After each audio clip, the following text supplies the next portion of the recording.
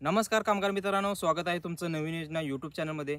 मित्रांनो, आजच्या व्हिडिओमध्ये आपण काही प्रश्न त्याचबरोबर त्यांची उत्तरे, त्याचबरोबर या ठिकाणी काही प्रोसेस आहेत, त्या प्रोसेस कशा आहेत किंवा काही स्टेप आहेत, त्या स्टेपनंतर पुढची स्टेप काय आहे हे जाणून घेणार आहोत. त्याचबरोबर एक नवीन असं कामगार अपडेट जाणून घेणार आहोत, जे कामगार अपडेट तुम्हाला जर माहीत झालं तर व्हिडिओ शेअर केल्याशिवाय तुम्हीसुद्धा राहणार नाही आहे आणि मलासुद्धा म्हणावं लागणार नाही की व्हिडिओ आवडला तर व्हिडिओला लाईक करा, शेअर करा. मित्रांनो, हे कोणतं कामगार अपडेट नाही आहे, बांधकाम कामगारांसाठी एक आनंदाची बातमी आहे.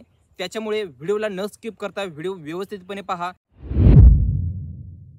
कामगार मित्रांनो, तुम्ही जर ॲक्नॉलेजमेंट प्रिंट काढली आहे किंवा त्याच्यानंतरची प्रोसेस किंवा चलन भरणा केलेला आहे आणि त्याच्यानंतरची प्रोसेस तुम्हाला माहीत नाही किंवा तुम्ही अपॉइंटमेंट प्रिंट काढलेलं आहे किंवा व्हिजिटिंग डेट घेतलेली आहे जी हाऊसहोल्ड आयटम किटसाठी, म्हणजे अशी काही प्रोसेस आहेत, ते प्रोसेस केल्यानंतर काय करायचं आहे हे तुम्हाला माहीत नाही किंवा हे प्रोसेस झाल्यानंतर किंवा प्रोसेस करताना काही प्रश्न उद्भवणार आहेत, काही प्रॉब्लेम येणार आहेत, ह्याची उत्तरं आपण पुढे पाहणार आहोत.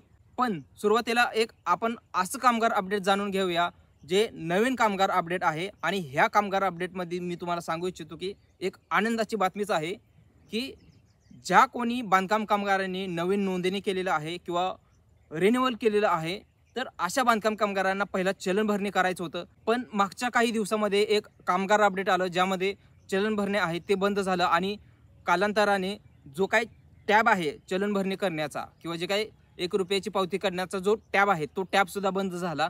पण ज्यांना तो मेसेज आला आहे त्यांनी पुढे काय करायचं होतं, तर त्यांनी ॲक्नॉलेजमेंट प्रिंट काढायची होती.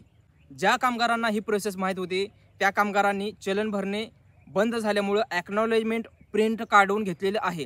ते सुद्धा आपण मागच्या व्हिडिओमध्ये माहिती सांगितली, त्या माहितीच्या नुसार आता काही माहिती मी अगोदर सांगितलेलं आहे, त्याच्यामुळे रिपीट माहिती करणे मला ते योग्य वाटत नाही. तुमचा टाईम वेस्ट आणि माझाही टाईम वेस्ट. त्यापेक्षा मागचं जे कामगार अपडेट आपण पाहिलं ते इथं आय बटनवरती भेटेल किंवा व्हिडिओच्या एंड स्क्रीनला आपण व्हिडिओ अटॅच करूया, त्या व्हिडिओवरती क्लिक करून तुम्ही ते कामगार अपडेट जाणून घेऊ शकता किंवा जे काय ॲक्नॉलेजमेंट प्रिंट आहे ती कशी काढायची हे जाणून घ्यायचं असेल तर ते व्हिडिओ आहे, तो व्हिडिओ तुम्ही पाहू शकता. पण ज्यांनी ही प्रोसेस फॉलो केली आहे त्यांनी ती प्रिंट काढलेली आहे. ज्यांना अगोदर जे कामगार अपडेट आहे ज्यानुसार चलन भरणे बंद आहे, हे कामगार अपडेट येण्या अगोदर ज्यांनी चलन भरणे केलेलं आहे म्हणजे ₹1 प्रिंट काढलेली आहे, तर असे बांधकाम कामगारसुद्धा आहेत. तर त्यांनी काय करायचं आहे, तर त्यांनी ॲक्नॉलेजमेंट प्रिंट आहे ती कशी काढायची हे समजून घ्या. तो व्हिडिओ तुम्ही पहा आणि ॲक्नॉलेजमेंट प्रिंट काढा. पण काही असे बांधकाम कामगार आहेत ज्यांनी नवीन नोंदणी केलेलं आहे किंवा नूतनीकरण केलेलं आहे, तर अशा बांधकाम कामगारांना पुढची स्टेप काय होती, तर त्यांचा जो काय फॉर्म आहे तो ॲक्सेप्ट व्हायला पाहिजे होता. आता काही कामगारांचा स्टेटस आहे तो ॲक्सेप्ट आहे, प्लस काही जणांचा ॲक्टिव्हसुद्धा आहे. मग ज्यांचा स्टेटस ॲक्टिव्ह आहे किंवा ॲक्सेप्ट आहे किंवा दोन्हीसुद्धा आहे, तर अशा बांधकाम कामगारांनी काय करायचं होतं, तर त्यांना KYC करणे गरजेचं होतं. आता KYC म्हणा किंवा बायोमेट्रिक थंब म्हणा, तर ही प्रोसेस होती ती फॉलो करायची होती. पण ही प्रोसेस फॉलो करण्या अगोदरच कामगार जी वेबसाईट आहे किंवा जे काय WFC ऑफिस आहे किंवा जी काय कामगारांची जी काय प्रोसेस आहे ती अधिकाऱ्यांमार्फत प्रोसेस बंद झाली, वेबसाईटसुद्धा बंद झाली. त्याच्यामुळे त्यांना KYC म्हणा किंवा जे काय बायोमेट्रिक अपडेट आहे ते त्यांचा फोटो वगैरे ह्या गोष्टी त्यांना करता आलेलं नाही आहे. मग अशा परिस्थितीमध्ये त्यांचा फॉर्म ॲक्सेप्टसुद्धा आहे आणि ॲक्टिव्हसुद्धा आहे आणि त्यांना बायोमेट्रिक थंब करायचा आहे किंवा KYC करायचे आहे. तर पुढं काय करायचं आहे, तर त्यांना वेट करावं लागणारच होतं. पण आता तुम्हाला वेट करण्याची गरज नाही आहे. वेबसाईट चालू होईल किंवा जे काय तुमचं बायोमेट्रिक आहे ते करायसाठी तुम्हाला अपॉइंटमेंट घ्यावं लागेल वगैरे काय सुद्धा नाही. मित्रांनो, तुमच्यासाठी एक आनंदाची बातमी आहे. बातमी काय आहे, तर या ठिकाणी जे पण बांधकाम कामगार आहेत ज्यांचं KYC किंवा जे काही बायोमेट्रिक थंब आहे हे राहिलेलं आहे, तर त्यांचा न थंब देता या ठिकाणी जो काही स्टेटस आहे तो ॲक्टिव्ह झालेला आहे. होय मित्रांनो, जर तुमचं थंब दिलेला नाही आहे तर तुमचा कामगार स्टेटस आहे तो सुद्धा ॲक्टिव्ह झालेला आहे. आता ह्यासाठी चलन भरणा नाही केला म्हणून ते अपडेट झालं असेल असं नाही आहे. मी सांगू शकत नाही की काय वेबसाईटचं बग आहे की काय आहे, सांगता येत नाही काय आहे. पण चलन भरणा बंद झाला आहे त्याच्यामुळे स्टेटस ॲक्टिव्ह आहे असं जर समजत असाल तर त्यांचा सुद्धा स्टेटस ॲक्टिव्ह आहे ज्यांनी थंब दिलेलं नाही आहे. तर हा वेबसाईटचा बग आहे की काय आहे हे सांगू नाही शकत आहे.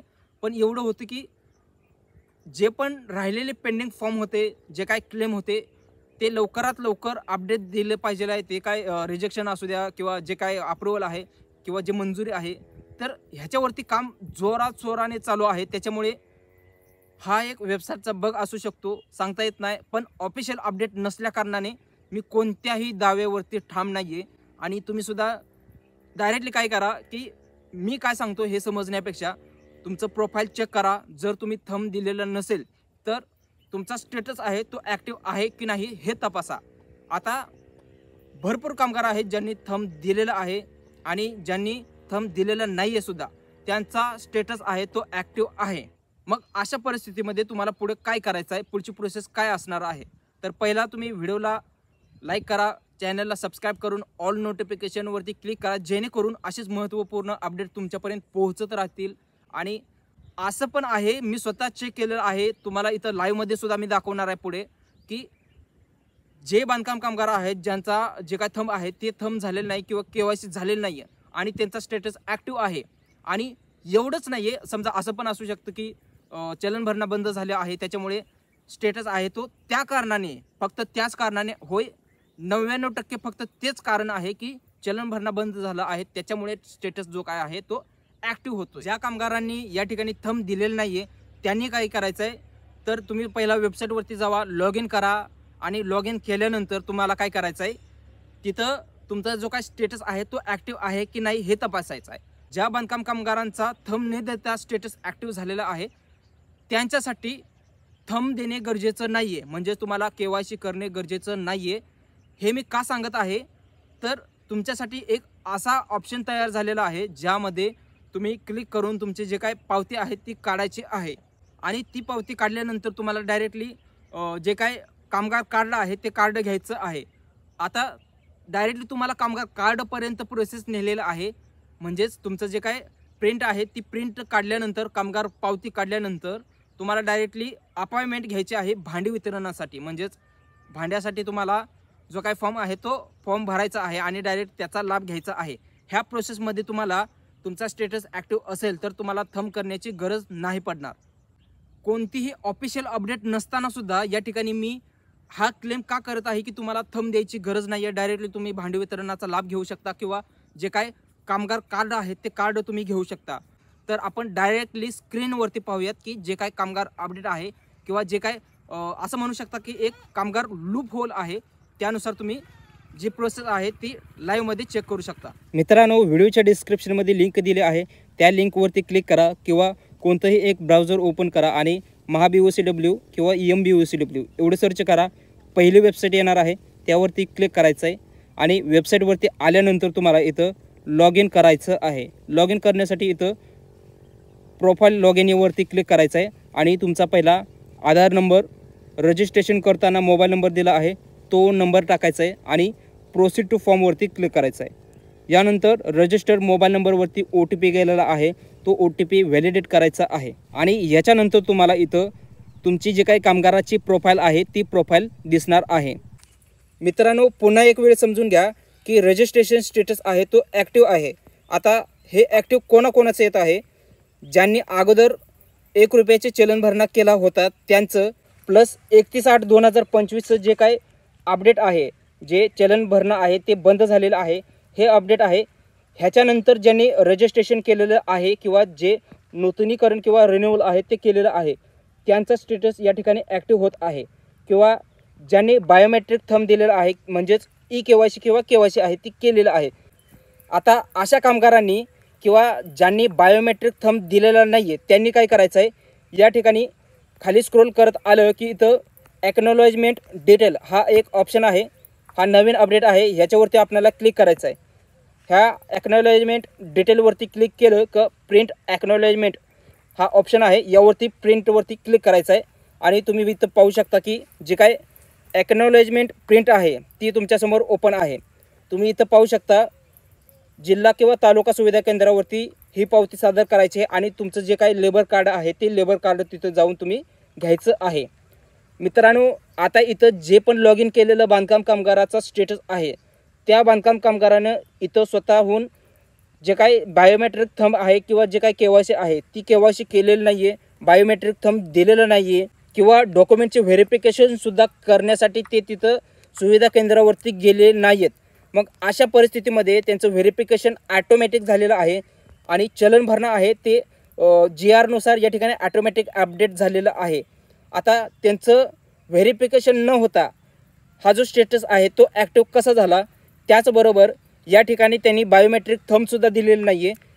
तर या ठिकाणी त्यांचं जे काही ॲक्नॉलेजमेंट प्रिंट आहे तर या ठिकाणी ॲटोमॅटिक या ठिकाणी तयार झालेले आहे. आता हा वेबसाईटचा बग आहे की नवीन कामगार अपडेट आहे हे मी एक्झॅक्ट सांगू शकत नाही, कारण जो काही शासन निर्णय आहे तो शासन निर्णय आलेला नाही आहे. त्याच्यामुळे तुम्ही जर असं बांधकाम कामगार असाल ज्यांचं स्टेटस आहे तो ॲक्टिव्ह आहे की नाही हे माहीत नाही, तर तुम्ही या पद्धतीने लॉग इन करा आणि तुमचा स्टेटस आहे तो तुम्ही पाहू शकता.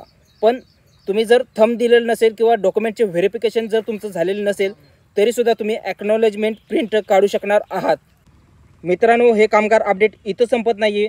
तुम्ही तालुका सुविधा केंद्रावरती किंवा जे काय WFC ऑफिस आहे त्या ठिकाणी न जाता हे तुमचे ओळखपत्र तुम्ही घरी बसल्या डाउनलोड करू शकणार आहात. होय मित्रांनो, तुमचं लेबर कार्ड तुम्ही घरी बसल्या 5 मिनिटामध्ये डाउनलोड करू शकणार आहात. आता हे कसं डाउनलोड करायचं हे पाहण्यासाठी स्क्रीनवरती जो व्हिडिओ दिसत आहे त्यावरती क्लिक करा आणि